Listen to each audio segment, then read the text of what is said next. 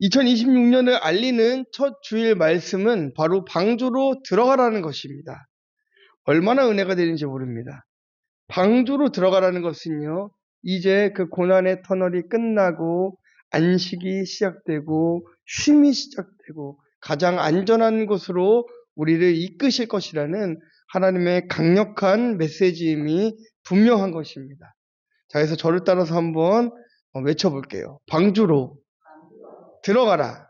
네, 그 방주가 어디입니까? 교회입니다. 네, 2026년에는 안전한 방주로 많은 사람들이 몰려오기를 주님의 이름으로 축원합니다. 2007년에 개봉했던 에반 올마이트라는 이 영화가 있습니다. 이 미국 국회의원이에요. 미국 국회의원이 뭐 집도 샀고 집도 잘 살게 되고 뭐 차도 사고 당선까지 아주 막힘없이 일이 술술 잘 풀리던 중에 이 주인공 앞에 갑자기 하나님이 나타나서 뜬금없이 방주를 지으라고 합니다. 그것도 워싱턴 한가운데에 방주를 지으라고 얘기합니다. 근데 주인공은 망치질을 한 번도 해보지 않았고 뭐 배를 만들 수 있는 기술이 없어요. 그래서 그 주인공이 거절을 합니다. 하나님, 저는 못하겠습니다. 그러니까 그때부터 무슨 일이 생기냐면 하루 잠을 딱 자고 일어나면은 이 수염이 딱 길어요. 그리고 배달이 옵니다. 띵동 하면은 목재가 도착합니다.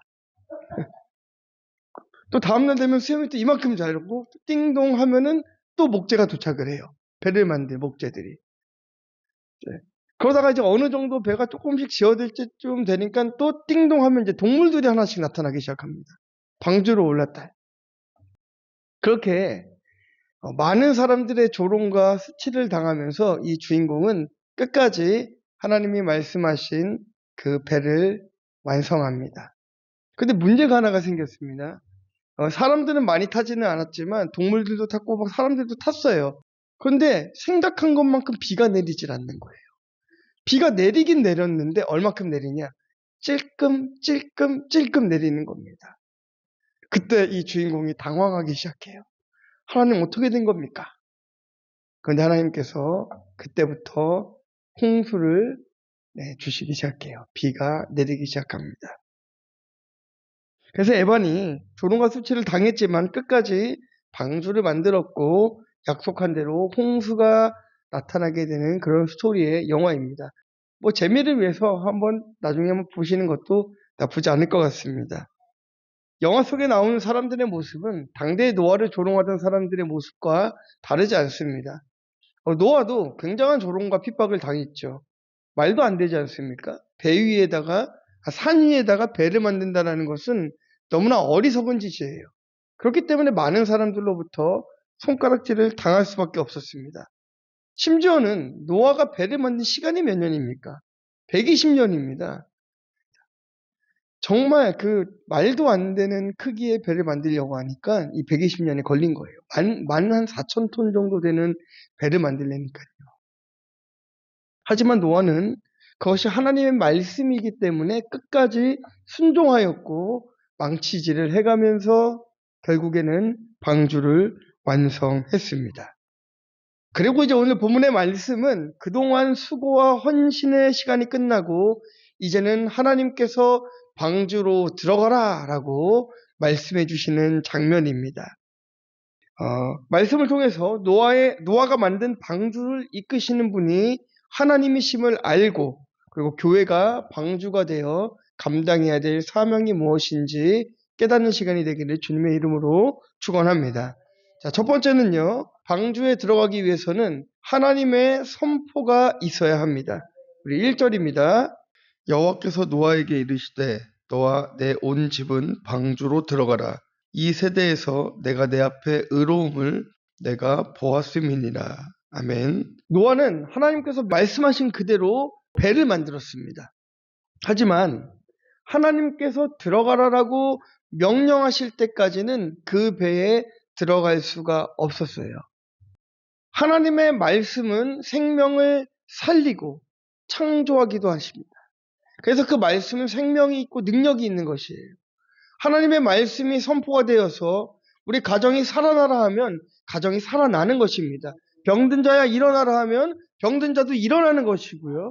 회복되라 하면 회복이 되어지는 것입니다. 이유 여하를 막론하고 하나님께서 말씀을 선포하시면 그대로 되는 것이에요. 그게 바로 성경의 가르침이고 우리가 알고 있는 신앙인 것이죠.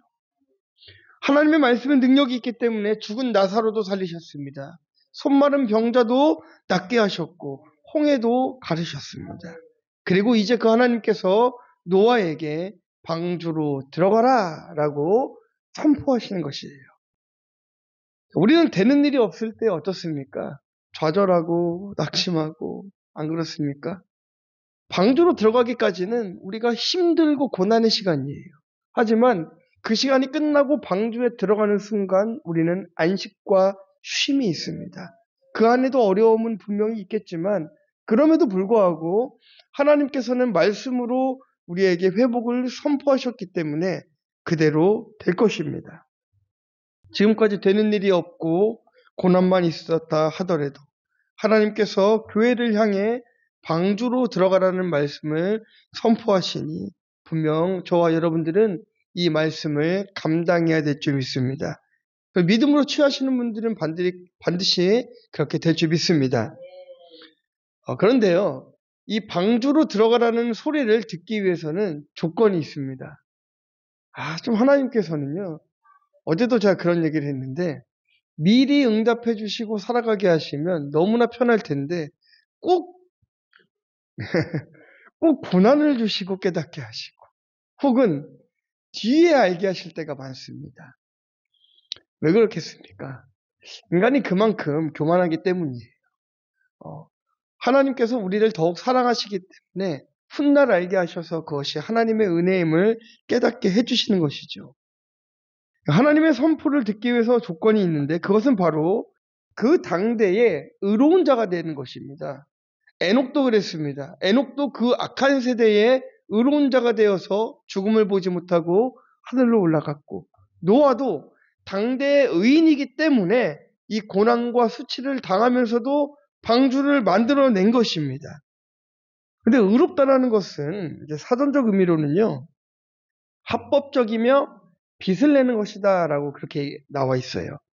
그리고 이제 히브리어 원문적인 의미로 보면은 하나님의 성품과 뜻, 이게 의로움이랍니다. 우리가 의롭다라고 느낄 때에는 뭔가 행동을 상상하지 않습니까? 정의로운 행동. 하지만 이 히브리어 원문에 보니까 하나님께서 의롭다라고 칭해 주실 때에는 그 의로움이 바로 하나님의 성품과 하나님의 뜻을 의로움이라고 이야기하고 계세요. 말하자면 하나님의 성품을 담고 그분의 뜻을 실행하며 세상 속에서 그 빛을 발하는 것이 바로 의로움이라는 것입니다. 로마서는 여호와 하나님 앞에서 의로운 것을 이렇게 정의하고 있습니다. 로마서 12장 2절입니다.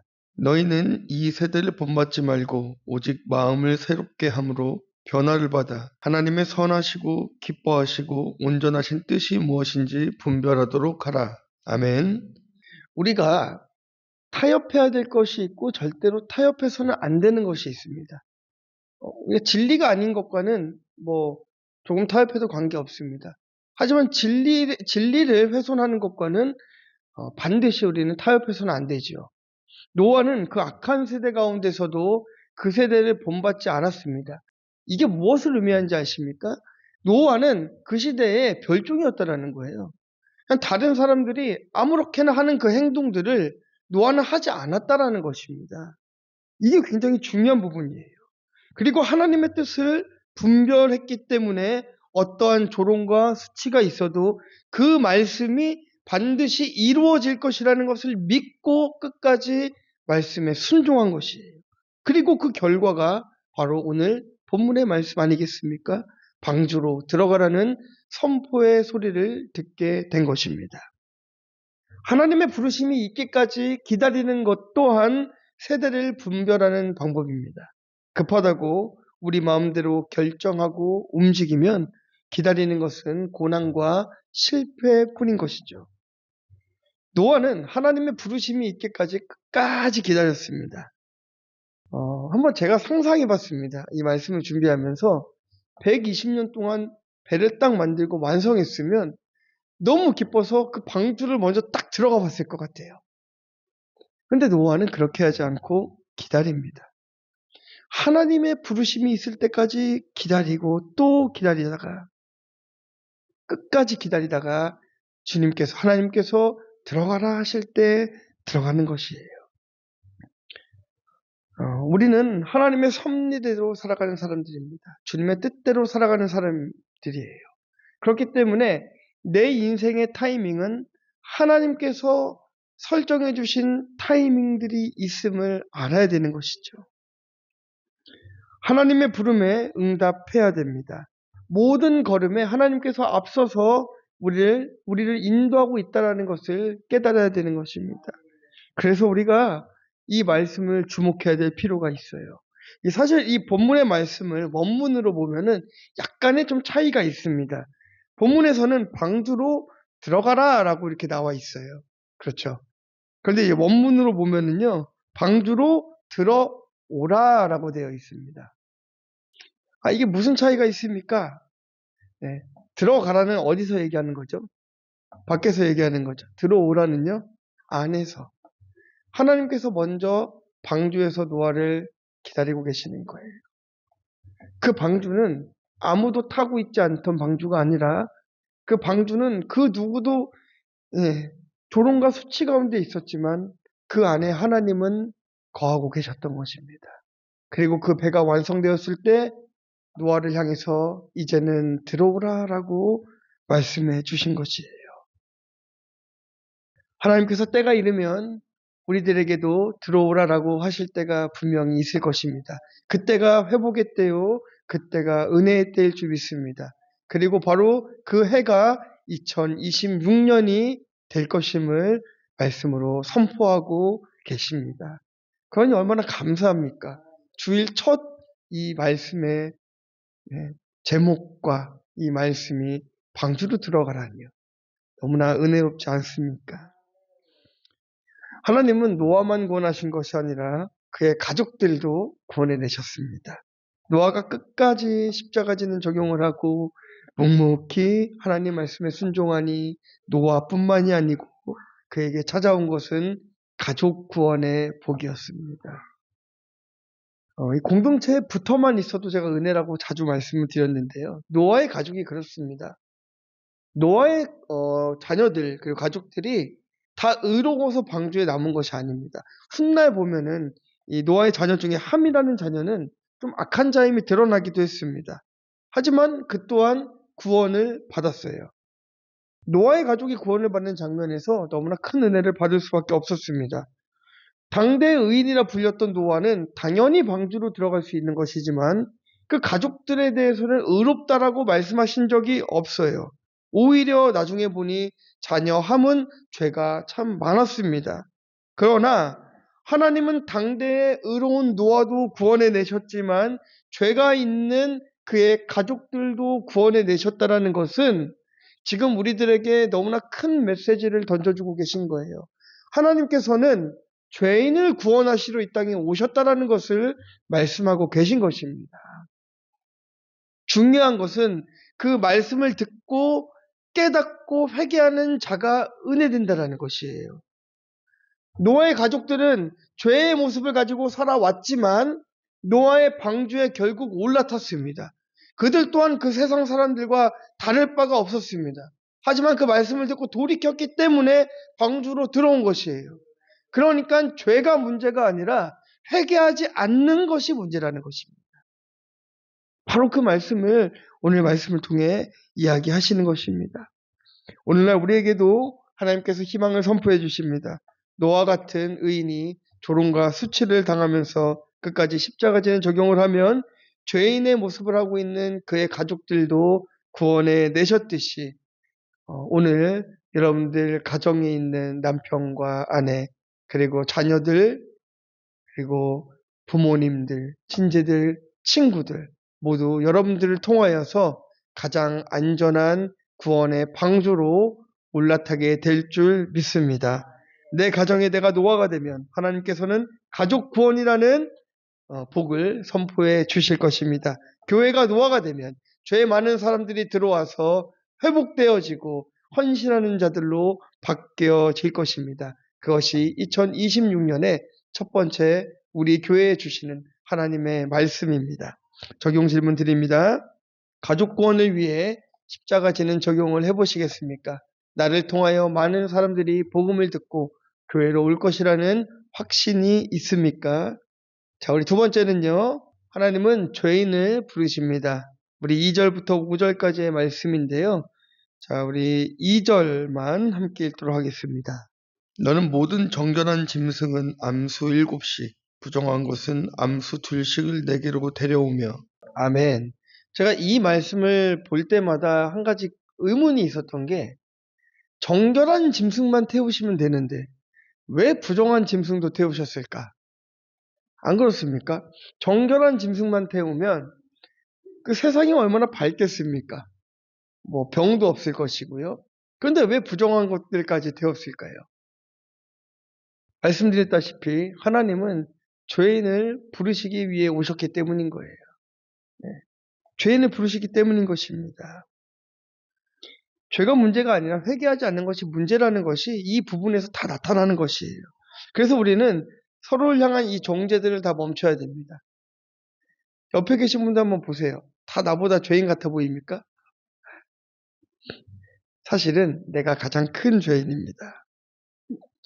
교회 사명은 바로 그것이에요. 교회 사명은 방주가 되어서 이런 죄 많은 세상 가운데 복음을 선포하고 그 사람들이 교회로 들어와서 회개하고 돌이켜 주의 자녀가 되게 하는 것이 바로 교회의 역할인 것이지, 세상을 정죄하고 세상을 조롱하는 역할을 우리에게 주신 것이 아닙니다.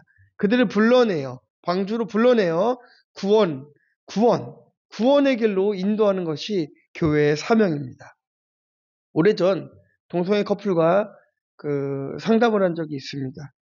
그 두 자매는 저에게 그렇게 이제 묻더라고요. 그때 이제 선교사였으니까요. 선교사님, 성경은 살인자도 구원을 받았고, 도둑질한 사람도 구원받았고, 심지어 예수님을 부인한 베드로도 구원을 받았는데 왜 교회들은 동성애자들은 그토록 모질도록 비판하는지 이해가 되지 않습니다라고 이야기합니다. 제가 그때 그렇게 이야기했어요. 당신들이 구원받지 못한다라고 그 누구도 정죄할 수 없습니다. 나 또한 당신들을 정죄하지 않습니다. 그런데 한 가지 이제 여러분 우리 그 커플에게 말씀드리겠습니다 하면서, 베드로도 예수님을 부인했지만 후에 회개하고 돌이켜 주님을 전하다가 순교하였습니다. 부활의 주님을 만나고 사도의 역할을 감당했습니다. 이제 묻겠습니까? 동성애는 죄입니까? 죄가 아닙니까? 이 차이예요, 여러분. 죄인 것을 아느냐, 모르느냐. 네. 살인자는 살인이 죄인지 알고 짓습니다. 도둑질이 죄인지를 알고 하고 있습니다. 근데 이제, 이거를 이제 100%라고 할 수는 없어요. 대다수의 동성애 이 커플들은 동성애가 죄가 아니라고 주장을 하죠. 그렇기 때문에 이런 동성애에 대한 법들도 자꾸만 생겨나는 것입니다. 그게 문제인 거예요. 죄가 문제가 아니라 죄를 모르는 게 문제라는 것입니다. 그것이 죄임을 알고 회개하고 돌이키면 당신도 언제든 구원받을 수 있습니다라고 이야기했습니다. 2026년 복림교회는 의인을 위한 교회가 아니라 죄인을 위한 교회가 되어야 될 줄 믿습니다. 100% 오르신 하나님 앞에 내가 100% 죄인임을 고백할 수 있는 공동체가 되어야 될 줄 믿습니다. 그래서 의로운 길로 나를 인도하시는 하나님께 감사하는 교회가 되어야 됩니다. 자, 이제 하나님께서 계획하신 그것을 실행하십니다. 지금부터 7일이면 내가 40주야를 땅에 비를 내려 내가 지은 모든 생물을 지면에서 쓸어버리리라 라고 하나님께서 말씀하셨습니다. 그런데 그 뒤에 말씀이 노아가 여호와께서 자기에게 명하신 대로 다 준행하였더라입니다. 다 준행하였더라. 하나님께서 정결한 짐승 그리고 부정한 짐승을 부르셨습니다. 그럼 어떻게 부르셨을까요? 막 온천지에다가 동물들아 모여라 했을까요? 군대처럼 해쳐 모여 하면 다다닥 해가지고 막 모였을까요? 노아를 통해서 불러 모으셨습니다. 네.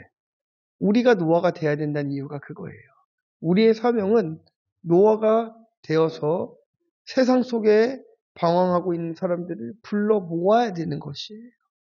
하나님께서 노아를 통하여서 그 짐승들을 불러내십니다.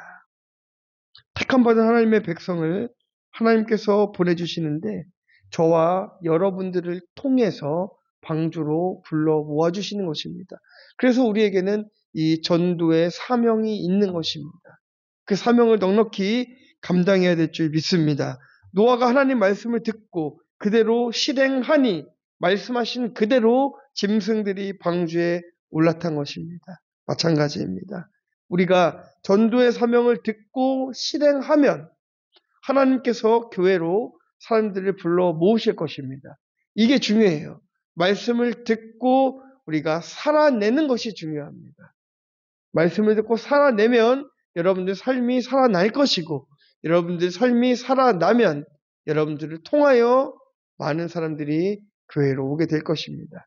2026년에는 나를 통하여 많은 사람들이 구원의 길로 들어서는 역사가 임하기를 주님의 이름으로 축원합니다. 적용 질문 드립니다. 복음 전파의 사명을 감당해 보시겠습니까? 하나님은 죄인을 부르신다는 것에 동의하십니까? 자, 마지막 세 번째는요. 문은 하나님이 닫으십니다. 자, 우리 6절부터 12절까지인데요. 12절만 함께 읽겠습니다. 40주야를 비가 땅에 쏟아졌더라. 아멘. 이제 본문은 노아와 그 가족이 방주에 다 들어갔고 짐승들도 들어갔습니다. 약속하신 그대로 40주야 비가 땅에 내렸다고 합니다. 그런데 한 가지 좀 이상한 부분이 있죠. 들어가라는 말씀은 있는데 문을 닫은 기록이 없어요. 네. 노아의 방주로 들어갔다고 하는데 다 태우고 나서 문을 닫았다는 말이 없습니다. 차를 타면은 문을 닫아야 출발하지 않습니까? 근데 문을 닫았다는 말이 없습니다. 우리 16절 말씀 보겠습니다. 들어간 것들은 모든 것의 암수라. 하나님이 그에게 명하신 대로 들어가매 여호와께서 그를 들여보내고 문을 닫으시니라. 아멘. 문은 하나님께서 닫으시는 거예요. 구원의 문은 열려 있습니다. 하나님께서 닫지 않으시면 그 문은 열려 있단 말이에요. 그래서 여러분들 포기하시면 안 돼요. 우리 성도님들이 포기하시면 안 돼요. 어떤 분이 그렇게 얘기하셨어요. 저 요양원에서 그런 일 있지 않았습니까? 할머님 치매에 걸리셔가지고, 네. 제가 가는 요양원이 있어요. 수요일날 가서 이제 예배 드리는데, 치매에 걸리신 할머니, 네. 말씀을 좀 읽으실 수 있을 때에, 네. 복음을 전하고 매주 같이 예배도 드렸습니다. 그 따님이 권사님이셨어요. 그런데 어떤 일이 벌어졌습니까? 이분이, 네, 복음을 전하는데, 사도신경도 따라 하시고, 네, 영접 기도도 같이 하시고, 그분이 마지막에 뭐라고 하시냐면요. 내가 죄인이 맞지라고 하셨어요. 그렇게 구원받고 천국 가셨어요. 그래서 제가 그 장례식 가가지고 그분의 장례를 제가 해드렸습니다. 갔더니 더 놀라운 일이 있었어요. 네, 말씀드렸잖아요. 네, 첫째는 신천지, 둘째는 하나님의 교회 막 난리도 아니에요. 5남매, 4남매인가 있는데 그 2명이 크리스천이고 나머지는 이제 다 이단이에요. 네. 근데 그 어머니가 예수 믿고 천국 가지 않았습니까? 그래서 그날 제가 설교했습니다. 우리 어머니의 뜻이 무엇입니까? 자녀들이 예수 믿고 천국 가는 거 아니겠습니까? 돌이키십시오. 그래서 그 자리에서 신천지 탈퇴했습니다. 그리고 그 자리에 저 있는 자리에서 바로 전화해서 탈퇴 딱 하고 전화번호 다 삭제하고 핸드폰 다 바꾸고 했습니다. 저 때문이 아니라 하나님께서 그 가족을 구원하기로 작정하시고 그 구원의 문을 닫지 않으시니 그 할머님을 통하여서 그 자녀들이 옳은 길로 바른 길로 갈 수 있는 길을 열어주신 것이에요. 그러니 노아의 방주의 문은 인간이 닫을 수 없는 것입니다. 원문에 충실하게 직역하면은요, 이렇게 직역할 수 있어요. 그 뒤에서 닫으셨다라는 것이에요. 그 뒤에서 닫으셨다. 기다리셨다가 가족들이 들어오고 동물이 암수 쌍을 이루어 다 들어왔을 때에 하나님께서 완벽하게 다 확인하시고 그 뒤에 문을 닫으셨다라는 것입니다. 얼마나 은혜가 됩니까? 일단 문이 닫히고 나면 밖에 있는 자들에게는 더 이상의 기회가 없습니다. 그러나 그 구원의 문이 열려 있을 동안에는 우리는 그 복음 전파의 사명을 감당해야 됩니다. 네. 포기하지 마세요. 우리 부모님은 연세가 많으신데요. 그래도 포기하지 마세요. 어떤 순간에 어느 순간에 죽음을 맞이하는 그 임종의 순간에도 하나님은 역사하시는 분이십니다. 그러니 끝까지 포기하지 않기를 부탁드립니다. 우리 성도님들 가정에도 구원의 문이 닫히지 않았습니다. 결국 우리 성도님들의 그 믿음을 보시고 하나님께서는 가족들을 구원의 길로 인도하실 것입니다. 노아에게 선물로 가족 구원의 복을 주셨듯 우리 복림교회 성도들 가정마다 이 구원의 복이 있을 줄 믿습니다. 2026년이 되자마자 이제 한 통의 전화가 걸려왔습니다. 우리들 교회 설교를 들으시다가 알고리즘을 타고 저희 교회 설교까지 듣게 되셨답니다. 캐나다에 거주하고 계시고 45세 여자 집사님이셨어요. 5년 만에 이제 한국에 들어왔는데 문제는 이제 이분이 캐나다에서 신앙생활을 하신 거예요. 그러다 보니까 한국에서는 부모님들이나 친척들이 다 신앙생활을 하지 않는 환경에 있었습니다. 그러니까 이제 가면은 뭐 술자리부터 시작해가지고 뭐 제사 뭐 이런 것들이 산적해 있으니까 그때부터 걱정이 됐는데 그분이 이제 우리 설교를 들으시고 그분이 이렇게 고백하십니다. 제가 우리 가정의 노아가 돼서 네, 가족 구원의 사명을 감당해 보겠습니다. 하면서 적용으로 제사에 참여하지 않는 대신 제사 음식 만드는 일을 도맡아서 하고 청소와 빨래를 가서 도맡아서 하도록 하겠습니다. 라고 이렇게 적용을 하셨어요. 구원의 문이 닫히지 않았기 때문에 우리는 조롱과 수치를 당하더라도 끝까지 복음을 전하는 것입니다. 이제 방주로 들어오라 하신 하나님께서는 우리의 가정을 살리실 것입니다. 2026년에는 살아날 줄 믿습니다. 미신처럼 우리가 기복처럼 구하는 것이 아니라 하나님의 말씀대로 방주로 들어가게 될 것입니다. 육신의 연약함이 있는 자들에게 육신의 질병이 치료되는 놀라운 역사가 임하게 될 줄 믿습니다. 회복되어지는 역사가 임하게 될 줄 믿습니다. 물질로 어려움을 겪는 가정마다 물질의 복이 임할 줄 믿습니다. 환경이 열릴 줄 믿습니다. 우리는 그렇게 믿고 방주로 올라탑시다. 여자는 방식으로 예배하면서 하나님의 나라를 위해 끝까지 전진하는 저와 여러분 되시기를 주님의 이름으로 축원합니다. 적용 질문 드립니다. 새 복음을 전하고 싶은 누군가가 있습니까? 목장에서 전도 대상자의 이름을 나누시고 함께 기도하시기 바랍니다. 결론입니다. 2026년 우리 복림교회는 방주가 됩시다. 네, 주님께서 들어오라 하는 방주, 주님께서 문을 열고 닫으시는 방주가 됩시다. 그리고 그 누구도 정죄하지 않는 공동체가 되어서 죄인을 받아들일 수 있는 공동체가 되어줘야 하고 문이 닫히기 전에 가족 구원에 힘쓰는 우리 복림교회 성도님들과 제가 되기를 주님의 이름으로 축원합니다.